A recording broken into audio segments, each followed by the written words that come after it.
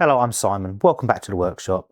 Now today I thought I'd do some pen turning. So I've laid out all my pen turning stuff just to familiarise myself with the stock that I've got available. I'm not so keen on the lighter woods for making pens, although they're good for staining, so I might well try staining some of those. I've got this black piece of plastic which I think will make a jet black pen, so that might be quite a nice idea. And then I have these other pieces of plastic that I'd like to try. This one, I'm told, requires a very sharp tool and very fast speed, so I might avoid using that one just for now.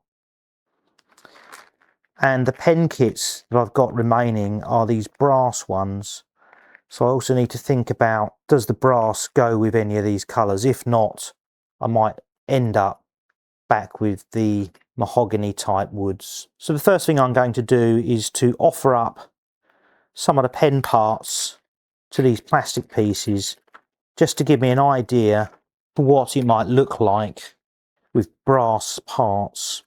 I don't know, it's really hard to say. I think it looks really nice with the red actually. I think that might work quite nicely. Pink I'm not so sure, I don't know. Blue I'm not so sure. I think it'll work very well with the black, although you can't really tell this black because it's not the colour it'll end up. Once it's polished it should be jet black. But I think black would work. Red definitely works. And if black works, this is more like the black it'll end up like, I think. So actually, if you look at it like that, I think that works quite nicely. Does it work so well on the white? I think it probably does. So I think I'll try one of these. I'll definitely try the red one. That's gorgeous, that red one. You can almost eat that, couldn't you? Look at that colour. It's amazing. I do want to do a blue one. Yeah, I think I'll try a blue one as well. Pink one. Bit of an unusual one. Sort of a pink and a greenish colour. It's quite unusual. I think I'll give that one a go just because it's such an unusual piece. So I think I'm going to use these 4 pieces then. I'm going to make 4 pens. Now I really ought to get myself a mitre fence or make one, but in the absence of having done either of those things, I'm just going to use this little bit of scrap wood which has got a square edge on it to keep these pen blanks perpendicular to the blade. I'm cutting these so that the pen blanks will be about 1/8 of an inch, that's about 3mm, longer than the brass ferrule that needs to go inside them. And I find that cutting the pen blanks first so that they're shorter is just a little bit easier when it comes to drilling the holes that these ferrules will go in. Let me just go through my setup. So this drill bit is the drill bit that comes with the pen kit, so it's designed for those ferrules that need to be put inside this piece of plastic. This piece of plastic you saw earlier has been cut to size. I'm using a 3D printed collet just to hold this square stock in my 3-jaw chuck, because you can't hold square stock in a 3-jaw chuck and have it centralised properly unless you use a collet. So I'm now going to drill all these pen blanks out so that I've got a hole running down the middle of them all.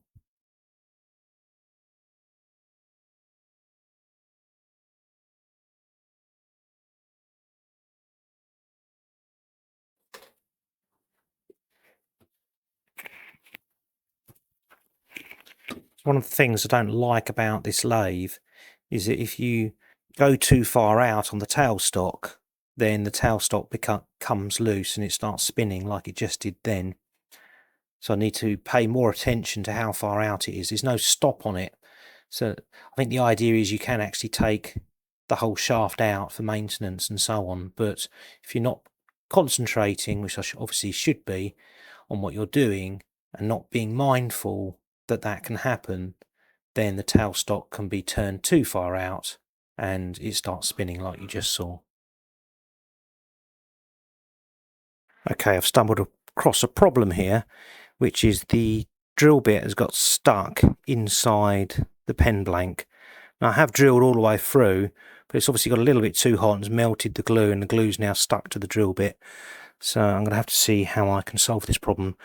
It's worth noting, as a maker, things don't always go to plan. I know a lot of YouTube videos show people that never make any mistakes, but I make them quite frequently, and I think most people do. And part of the fun is working out how to actually overcome that mistake and solve that problem so that you can move on with your project. Well, I thought I was progressing. The drill bit has started to move out, but it's now got stuck again. I can't just drill it out because the chuck can't grip the drill bit as well as this piece of plastic is gripping it. And the weird thing is the drill bit does actually move, so I can't quite work out exactly what's going on. By the time I finished turning these pens, I would have learned a lot about turning and drilling plastic. So watch till the very end to find these lessons learnt.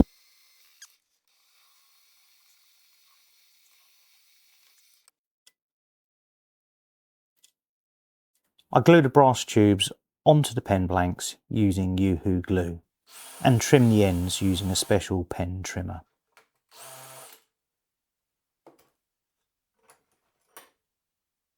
So I've given these a few minutes to dry, and now I can fit them to the arbor. Now I believe arbor and mandrel can be used interchangeably, but if you know different, then let me know in the comments, because I'd like to know if there is actually a difference between an arbor and a mandrel.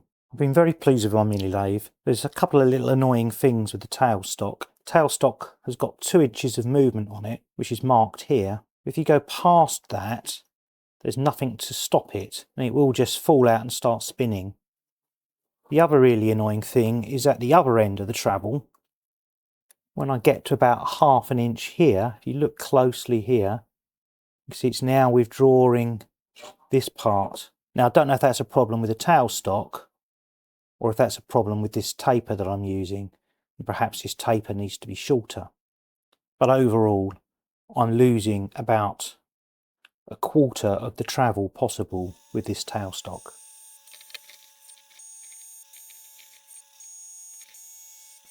If you're enjoying this video, then please consider subscribing. It's completely free and would really help me out a lot. I'm doing this turning on my MINI-LATHE, which is good for precision, but not so good when it comes to traditional woodworking.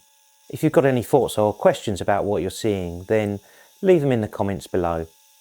This is a hobby for me and I enjoy reading your comments and responding to them. And I can normally respond pretty quickly because it's a small channel.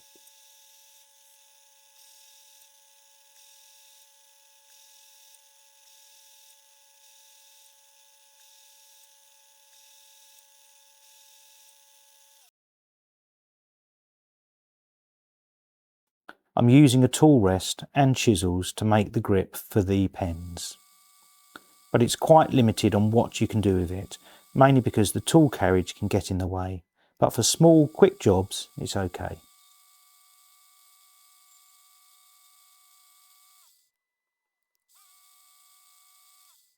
This is 400 grit, and it's doing a pretty good job at smoothing out the tool marks. To get to a really fine shine, I am going to need to use some rubbing pads specially designed with extremely high grits for plastics.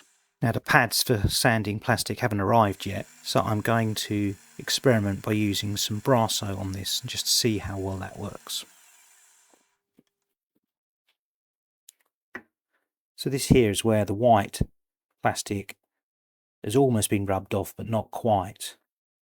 And if we look here where we can see that the white plastic here is just starting to come away and the black plastic is starting to shine through. So this isn't that it's rough or anything, it's very shiny. It's just the remains of that particular piece of plastic. There's nothing I can do about that because of the nature of the piece of plastic that I've used. It's going to have these aspects anywhere. And if I rub that down, then something else will happen elsewhere. So I'm just going to leave it like that, I think. But I'm very happy with the shine that I've got just using 400 grit and Brasso. I'll try one of the other pens with the plastic pads when I get them. But I'm pretty pleased with the results I've got with that on its own. I finish off with some Brasso, which is mainly polish, but also mildly abrasive.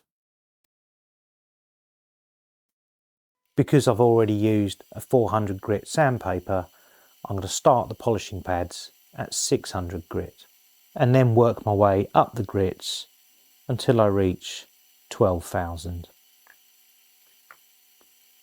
Each time I'm wetting the pads in a little tub of water to provide some lubrication.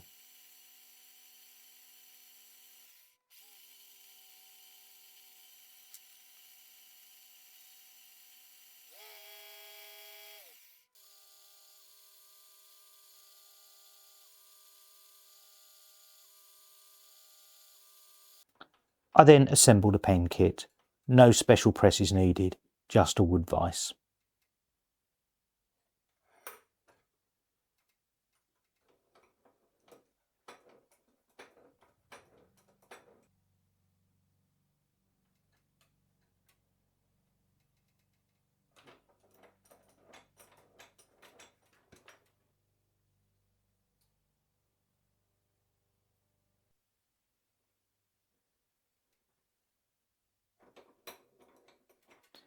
So what do you think? I think if I'm honest, I prefer the wooden pens I've made in the past rather than these acrylic ones. They were a bit of a faff to sand down to 12,000 grit, but they've come out okay and they look really nice. I just think that they just look like normal pens that you'd buy from a stationery shop. They don't have that specialness of being a hardwood. I quite like the grips that I made for them to make them easier to hold.